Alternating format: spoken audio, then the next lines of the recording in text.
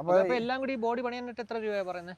ഇതിപ്പം നമുക്കിപ്പോൾ ടോട്ടല് നമുക്ക് തന്നേക്കുന്നത് 25.5 ലക്ഷം രൂപയാണ് നമ്മൾ ടോട്ടല് നമുക്ക് ബോഡി വർക്കിന് മാത്രം. ബോഡി വർക്കിന് വിത്ത് എ സി അത് അവരുടെ സീറ്റ്, അവരുടെ പുഷ് ബാക്ക് സീറ്റ്, ഓജസിന്റെ അവർ മേക്കുന്ന സീറ്റ് അതാണ്. പിന്നെ നമുക്ക് നമ്മളെ ഇഷ്ടത്തിന് വേണമെങ്കിൽ സീറ്റ് എടുക്കാം. നമുക്ക് വേണമെങ്കിൽ പിന്നെ SKയുടെ സീറ്റ് ഉണ്ട്, ട്രാവലറിന്റെ SKയുടെ സീറ്റ് ആയിരുന്നു, അത് തമിഴ്നാടാണ്. പിന്നെ SS എന്നും പറഞ്ഞ സീറ്റ് ഉണ്ട്, ബ്രാൻഡുകൾ ഒരുപാടുണ്ട്. പിന്നെ ഹരിതയുടെ സീറ്റ് ഉണ്ട്. ഹരിതയുടെ സീറ്റ് ഒന്നും നമുക്ക് ആവശ്യമില്ല, നമുക്ക് വേണ്ട, അതിന്റെ ആവശ്യമൊന്നുമില്ല.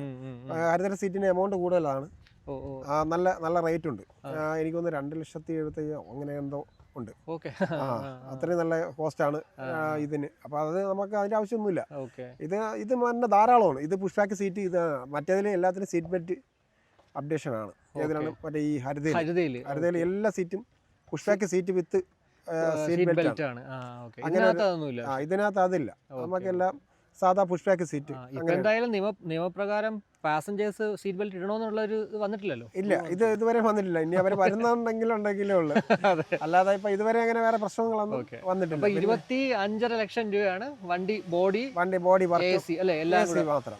ഇനി നമുക്ക് ശേഷം പിന്നെ ഇതിനകത്ത് ഇനി ചെയ്യാനുള്ളത്, പിന്നെ അടുത്ത അപ്ഡേഷൻ എല്ലാവർക്കും അറിയാൻ പറ്റും, നമുക്ക് സെറ്റ് വർക്ക്, ലൈറ്റ് വർക്ക്. അത് നമ്മുടെ ഒരു സത്യത്തിൽ ഒരു നല്ലൊരു എമൗണ്ട് ഇറക്കി ചെയ്യുന്ന ഒരു പരിപാടിയാണ്. കാരണം ഇപ്പൊ പിന്നെ വോക്കലും അങ്ങനെയുള്ള സാധനങ്ങളൊന്നും ഇപ്പൊ വേണ്ട.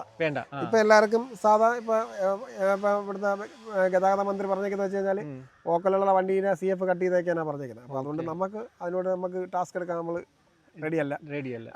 അപ്പൊ അതുകൊണ്ട് നമുക്ക് വോക്കൽ വേണ്ട.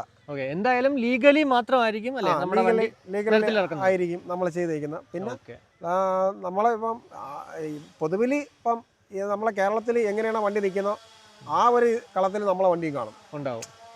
അതിലൊരു സംശയം വേണ്ട. അതിൽ നമ്മൾ ഏത് വണ്ടിയിൽ എന്തുണ്ടോ ആ സാധനം ഇതിലും കാണും.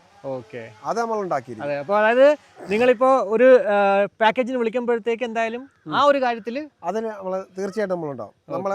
നമ്മളെ വണ്ടി ഒരിക്കലും മോശമാവില്ല.